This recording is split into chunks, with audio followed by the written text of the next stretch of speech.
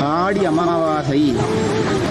ஆடி அமாவாசை அப்படின்னாலே சைவர்களுக்கெல்லாம் நினைவில் வரக்கூடியது திருவையாறு ஐயாரப்பர் கைலாய காட்சி. ஐயாரப்பர் யாருக்கு கைலாய காட்சி கொடுத்தார்? அப்பர் பெருமானுக்கு கைலாய காட்சி அளித்தார். எவ்வளவு பெரிய கருணை!